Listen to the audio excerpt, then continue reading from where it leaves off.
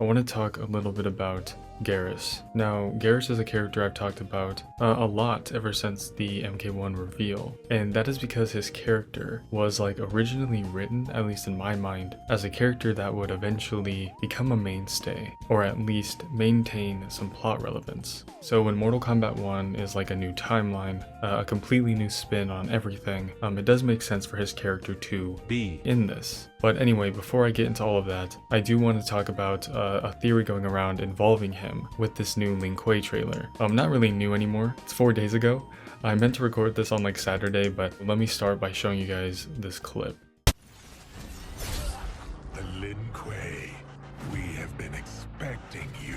Okay, so that is basically the meat of it. It doesn't really get much bigger than that for this theory, but this theory isn't actually what I want to base my thoughts on with this character, but it is something I do want to mention, especially since I somehow forgot to mention this in my breakdown of this trailer. I don't know how I forgot to mention it. I've talked about how either this could be like General Shao or General Reiko, even Shang Tsung or Onaga, any of those characters that are big beefy men, I guess, if you want to put it that way, like a very deep and almost controlling voice, a voice of power. And I do think that this can be Geras, but that isn't necessarily why I think this is him.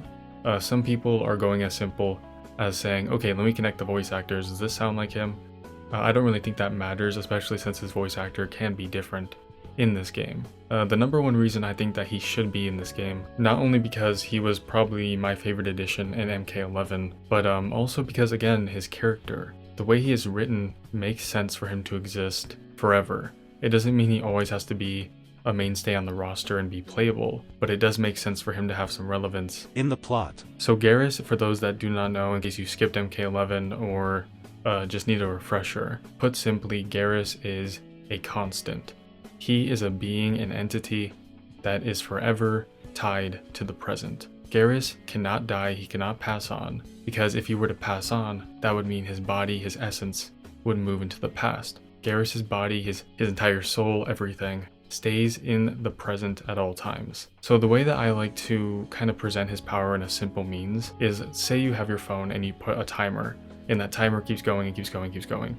So if you were to die, the timer for your life in theory would stop. If it was Geras, it never stops, right? So Geras' timer continues no matter what.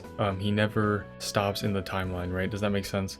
I hope I'm making sense. I feel like I sound kind of dumb when I explain this type of stuff. Basically, he always has to maintain himself in the present, right? So as long as the present time keeps continuing, Geras is tied to that present. Okay, so with that in mind, now let's draw our attention to how Geras was taken out in MK11, which he actually wasn't. Geras wasn't actually defeated or killed in MK11. That is, of course, because of his ties to the present. He cannot die. So if you were to harm his physical body enough to where you quote-unquote kill him, he would just continue on and then regenerate, so on and so forth, because no matter what, he has to stay alive. So in MK11, what they did is they put him tied up to a chain in the bottom of the Blood Sea. Or not in the bottom, but into the Blood Sea. And so that way he cannot harm people, and he also can't really harm himself, so that he can regenerate and get stronger and stronger. Because I don't think I mentioned that yet, but if Geras dies, quote unquote, he just comes back stronger. So in theory, if they were to keep attacking Geras, keep trying to hurt him, or if Geras was even going to try and kiss himself over and over and over, he would in theory be able to become stronger than Fire God Liu Kang or the Elder Gods, and that makes him a crazy force to be reckoned with. So not only do the laws of time not affect him, but he can use that to his advantage to actually increase his strength. It's much like a Zenkai boost from Dragon Ball, the more I think about it. Okay, I keep talking about his character, but what I'm trying to say is, because of all of this stuff, he has to fit in MK1, at least I would expect him to. All of these things in mind, and the way they had to take him out in the Blood Sea in MK11, where he was drowning endlessly so that he wouldn't, be able to harm anyone, and he couldn't physically get out of there. When Liu Kang creates a new era with a new present timeline and all of that, it would make sense for Geras to exist in this era. And I'm not necessarily sure how NetherRealm wants to go about having multiple timelines. I mean, we did see that explored in MK11, and I'm still not exactly sure how that works. So because Geras is endlessly falling in that universe, does that mean Geras isn't in this universe?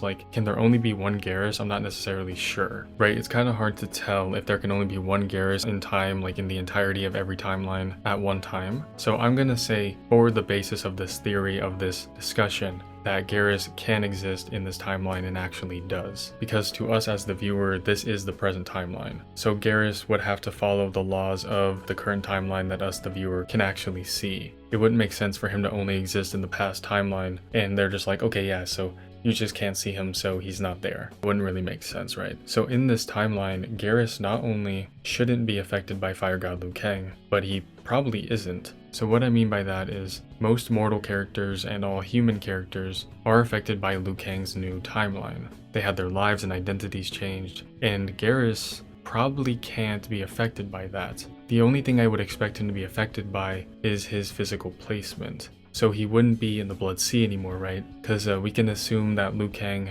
like changed the physical placement of like countries and all that kind of stuff, if that makes sense. I don't think Liu Kang chose like a preset sandbox in order to build the new era, but maybe he did, I don't know. I've never been to a God's grocery store, so I'm not sure what he can buy there, but I'm going to assume that he had to make some decisions when building this new era. So Geras most likely isn't in the Blood Sea anymore, and with his knowledge, which Geras was a very knowledgeable individual. He knew about all the previous Mortal Kombat tournaments, he knew about Goro versus the Great Kung Lao, he has lived through every timeline at all times. So he has so much knowledge. If anything, I don't think it's only knowledge from wisdom and old age. I think it's actually knowledge because he actually studied and he actually cared about his surroundings. So with that in mind, Geras is the perfect foil to Liu Kang's plan, since he would be probably one of the only people that remembers everything. If anything, he knows more than even Liu Kang, because he's lived through timelines that Liu Kang doesn't even know about. And so if this was Geras, for example, it would make sense that he is expecting the Lin Kuei. Because of his endless knowledge, because of, history repeating itself, he would know what Liu Kang would do, or he would know what they would be looking for. So it makes a lot of sense. And on top of that, this makes it so that maybe Shang Tsung or Onaga or whoever doesn't actually know about the past, and Geras could be somebody who actually helps them learn about the past in order to take down Liu Kang. We have to keep in mind that Geras served Kronika forever. His entire existence, he lived for Kronika. And now that Kronika is gone, I would expect that he can use his wisdom to his advantage and maybe would become self-serving, or maybe he wants revenge on Liu Kang or Raiden, but I don't necessarily think so. As a being with that much wisdom and that much power, he would want to seek revenge or do something selfish, but I don't know, right? Without Kronika in the picture, I think Geras' character can go in many different places, but no matter where his character goes, he is still himself. He is a constant, he can't die, he isn't affected by time. Because he isn't a normal human character, he probably wasn't affected by Liu Kang's change, or changes, so now he can directly foil Liu Kang's plans, and he can help Shang Tsung or anybody know about the past, so that he could have the upper hand on Liu Kang. But again, we don't necessarily know what his motives would be, since his entire existence was for Kronika in the past timeline, and his motive was to help Kronika create a new era. So maybe that's what he wants to do. He still wants to create a new era in honor of Kronika, and thinks that Liu Kang's new era is unjust, and he doesn't agree with it. I mean, that would make a lot of sense. But anyway, this is an entire tinfoil hat theory of a video, but I just wanted to try and make sense of Geras' character in this timeline. It would work, it would be cool to see, and yeah, that's basically it. I don't want to continue rambling with random theories forever, so I'm probably going to end it here. But in short, I think Geras' inclusion would be interesting to see because of his character, because of the potential of his abilities, and who he is. It makes sense for him to continue on existing, and also be a wrench in Liu Kang's plans. So yeah, that's basically it. I do really enjoy Geras. Again, he doesn't necessarily have to be playable, but I do think that his character makes sense to be in the story. Let me know your guys' thoughts and your theories surrounding Geras and surrounding this entire timeline. And with that said, ladies, gentlemen, and NB beauties, make sure you all stay safe, stay hydrated, and I will see you all in the next one. Bye-bye.